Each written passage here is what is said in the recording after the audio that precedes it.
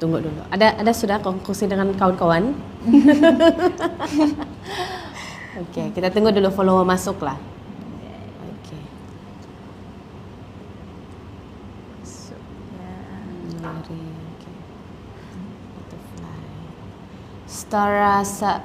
Dextralicious. Oke, Dextralicious. Silakan Dextra aturannya. Oke, lagi siapa? Oke, seharusnya kita start sejalan dulu, oke? Oke, hai semua, selamat petang dan salam Malaysia Madani dan salam Sabah Maju Jaya. Oke, hari ini episod yang ke-16 untuk TikTok. Seperti biasa kita akan live setiap hari Rabu jam 2:30 petang. Jadi ini rakan host saya pada hari ini yaitu Farah.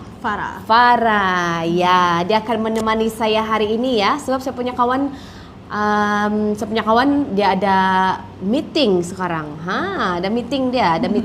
Yang satu lagi dia masih lagi berpantang-pantang.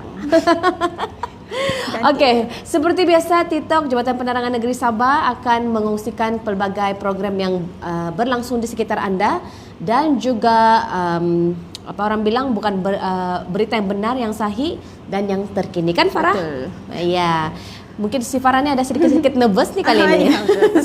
First time. Ni hari kita kedua, kamu kedua kan? Betul. Hari kedua. Tapi tidak apa, kita santai saja di sini. Kita ada lebih daripada 2 juta mata memandang sudah. Aduh, banyaknya. Awas Okey. Saya rasa saya kongsikan dulu lah kan Farah, apa program yang akan berlangsung. Siapakah itu? Inilah kita punya host pada hari ini yang baru. Kalau mau berkenalan mestilah pergi di tempat bahagian media cyber dulu. Jadi kita akan kongsikan untuk program yang pertama hari ini. Sudah masuk bulan Jun sudah kan betul. Farah? Wah, sekejap je masa berlalu. Macam saya rasa kita cerita sedikit dulu sebelum kita kongsikan program. Saya rasa macam baru je kita ucapkan selamat tahun baru masa yang Januari itu. Tiba-tiba masuk sudah. Jam celik bulan Jun sudah. Betul. Kan Farah? Tidak sangka. Okey, on the way dia bilang Zendi. Okey, on the way lah Zendi.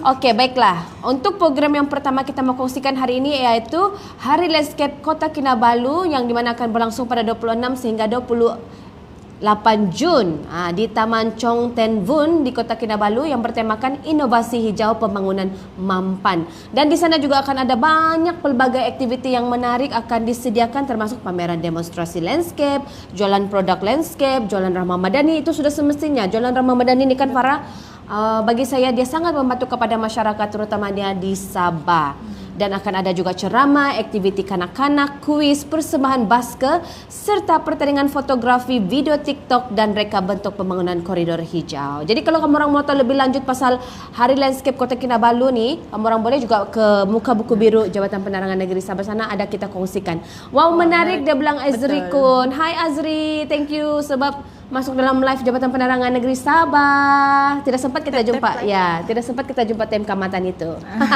Okey Farah, seterusnya. Kita teruskan dengan Minggu Perpaduan 2026 peringkat kebangsaan yang akan berlangsung bermula esok 11 hingga 14 Jun, 4 hari. Di perkarangan Kompleks Kandikas dengan pelbagai aktiviti menarik termasuk pameran rumah kami, perkampungan etnik, Sabah Idol, Food Unites, tahu kah? Macam mana apa namanya? Food Unites. Food.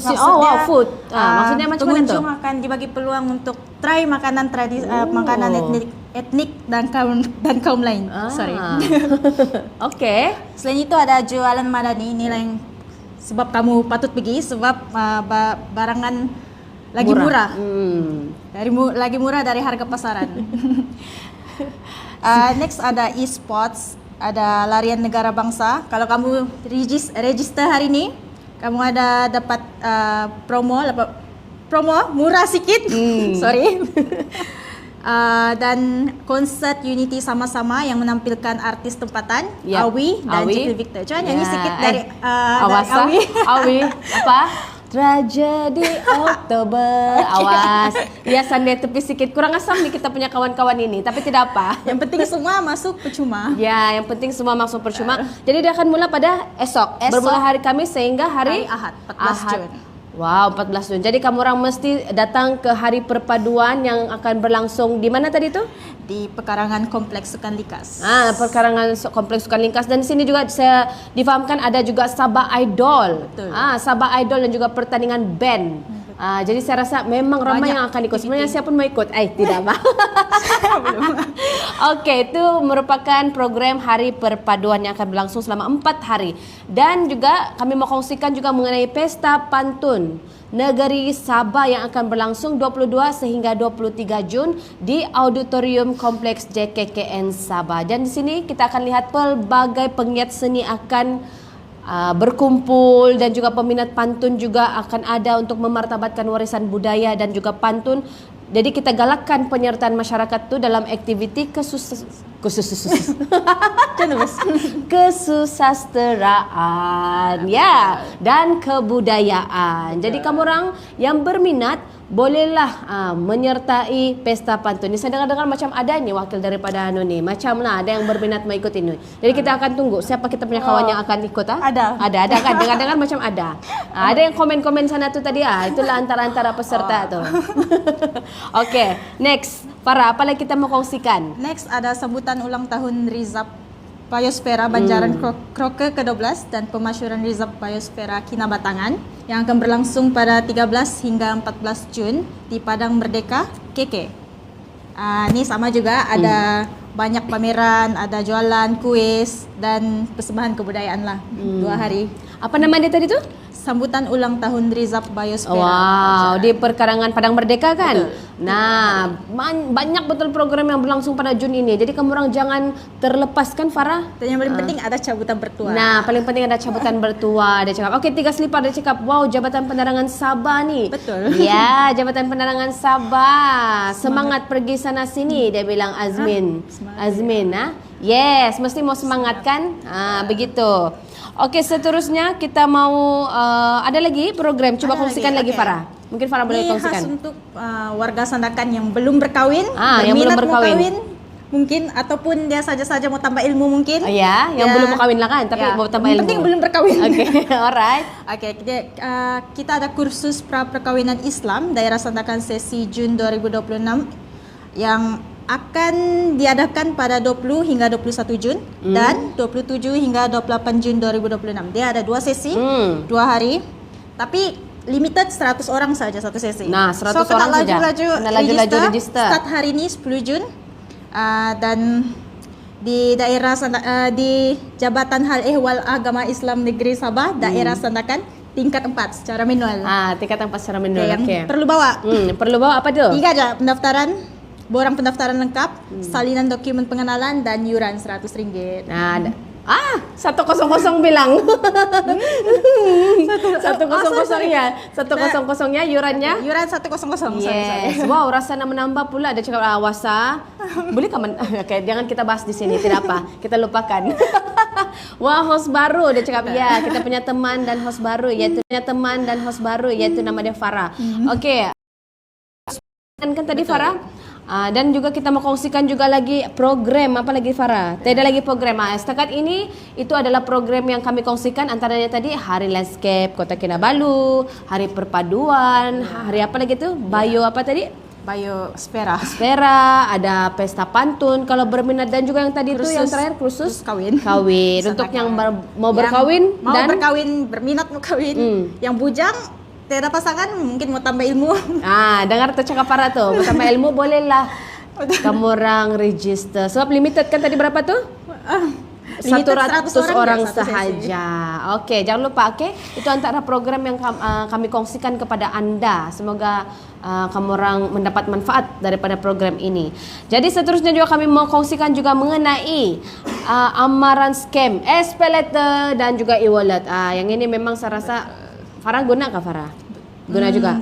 Tidak. Oh, saya pengguna. Saya guna juga. Tapi kena berhati-hati semasa menggunakan perkhidmatan ini ataupun aplikasi ini, iaitu SPayLater dan juga e-wallet, di mana orang ramai diingatkan supaya sentiasa berwaspada dengan sindiket yang orang bilang penipuan ini, yang menyamar sebagai ejen platform pembayaran digital dan menawarkan peningkatan had kredit atau kemudahan pembayar. Jadi kalau kamu orang nampak, elakkan klik pautan yang mencurigakan atau imbas kod QR yang ada yang di-send di Wasabi kamu kah, di mana-mana lah, di platform Muka Buku Biru kah, kalau ada kod QR tu pastikan kod QR itu adalah sahih dan bukannya pautan yang mencurigakan ya. Jadi kalau kamu orang terima daripada pihak yang tidak dikenal itu, berhati-hati kan. Orang bilang jangan terus klik, itu tangan jangan gatal terus klik, sebab dia akan membawa padah kepada kamu orang. Kalau kamu orang nampak kegiatan ini, laporkan sebarang aktiviti ini kepada pihak berkuasa. Itu. Sama juga dia punya konsep dengan waspada pelaburan yang tidak wujud. Okey, orang ramai diingatkan supaya berwaspada terhadap tawaran pelaburan dalam talian yang menjanjikan pulangan keuntungan tinggi dan tidak munasabah. Okay. Sebarang pelaburan hendaklah disemak melalui saluran rasmi bagi mengelakkan menjadi mangsa penipuan keuangan. Selalunya yang macam ini target orang tua kan? Ya, beliau-beliau nih selalu. Beliau yang jadi yang berpencen lagi. Baru-baru ni mangsa kes dia pesara, umur 65 tahun, dia kena scam. Ni apa? Pelaburan tidak wujud di tidak wujud di Wasabi di mana-mana platform Muka Buku Biru lah kan. Orang bilang tadi pastikan kamu orang juga memantau ataupun mengongsikan info ini kepada lah kan? Parents. Yes, betul. Nenek-nenek alert. Okey, seterusnya adalah tips survival di dalam hutan. Apa seperti yang kita orang bilang info-info yang terkini yang hot, orang bilang yang sentiasa berlegar di media sosial, iaitu hiking, orang bilang survival di hutan. Jadi orang ramai diingatkan untuk sentiasa melakukan aktiviti rekreasi dan pendakian dengan mengutamakan keselamatan dengan mengamalkan prinsip stop, di mana memastikan bekalan air mencukupi, menyediakan peralatan kecemasan serta memaklumkan lokasi dan tempo pendakian tu kepada keluarga. Mesti mau kasih tahu kamu orang pergi mana. Yes, betul. Atau rakan sebelum memasuki kawasan hutan. Jadi kita sentiasa berhati-hati ketika masuk hutan. Kalau macam Farah pernah kah pergi masuk hutan atau hiking kah? Tidak minat. Tidak minat. Okey, jujur sangat tidak FOMO. Ya, tidak FOMO. Dia tidak berminat untuk hiking. Tapi bagi saya, kalau saya hiking, kalau saya ada hiking sih kita. Kalau hiking kita kena sentiasa berhati-hati, pakai kasut yang sesuai, dan juga jangan terlampau pergi yang sudah petang kalau boleh lah, sebab sangat berbahaya. Dan sentiasa jaga mulut kita kalau kita masuk hutan, sebab sangat berbahaya. Dan yang pastinya mesti mau ikut cakap kita punya guide lah, paling jangan penting. Jangan terlampau confident juga, overconfident mentang-mentang dia selalu. Ya, jadi kena hati-hati jugalah, sentiasa berhati-hati, utamakan keselamatan. Itu antara nasihat yang dikongsikan yang kami dapat daripada public health. Okay, alright. Seterusnya Farah, apa lagi? Tekanan keuangan dan keharmonisan sosial. Masyarakat disaran mengamalkan sikap hormat menghormati serta mengelakkan pertelingkahan yang menjejaskan keharmonian sosial. Jaga kata-kata kamu tak tahu apa yang orang lalui. Contoh macam yang kes baru-baru ni, Just Linda tu, orang kecam dia sebab dia ni kan, kecam dia banyak. Kita tak tahu apa yang dia lalui kan? Ya, betul-betul. Kecam, tak boleh macam tu. Ya. Okay. So, orang ramai digalakkan untuk lebih memahami cabaran dan tekanan yang mungkin dihadapi oleh individu lain sebelum membuat penilaian atau kritikan. Ya, sebab melalui kata-kata juga boleh mengganggu, memberikan tekanan mental kepada rakan kita tahu ataupun ahli keluarga kita. Jadi sentiasa berjaga-jaga semasa memberikan komen, sebab sebenarnya apa-apa komen yang kamu hantarkan di media sosial itu akan ada akta komunikasi sebenarnya ya. Tapi saya tidak ingat apa dia punya akta, jangan kita sebut sembarangan, nanti saya salah sebut.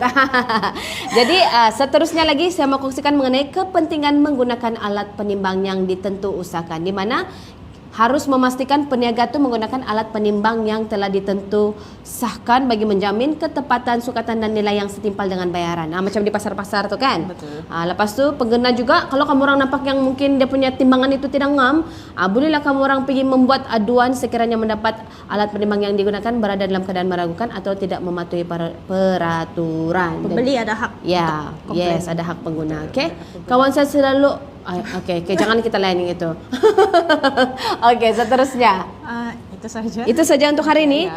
Okey, saya rasa itu saja untuk hari ini untuk kami kongsikan dalam TikTok Jabatan Penerangan Negeri Sabah kan, Farah. Betul. Kita akan jumpa lagi pada minggu depan setiap hari Rabu 2:30 petang. Tapi mungkin juga kita akan buat juga live, mungkin. Kalau ada program yang besar kah, macam seperti hari perpaduan kah, mungkin kan. Jadi di mana-mana pun kamu orang akan nampak Jabatan Penerangan Negeri Sabah akan buat siaran langsung di lokasi-lokasi yang ada program tertentu. Betul. Orang bilang jadi tidak gorengan tidak senyum. Hehe. Oke, jadi kita jumpa lagi pada minggu depan setiap hari Rabu 2:30 petang. Oke, bye.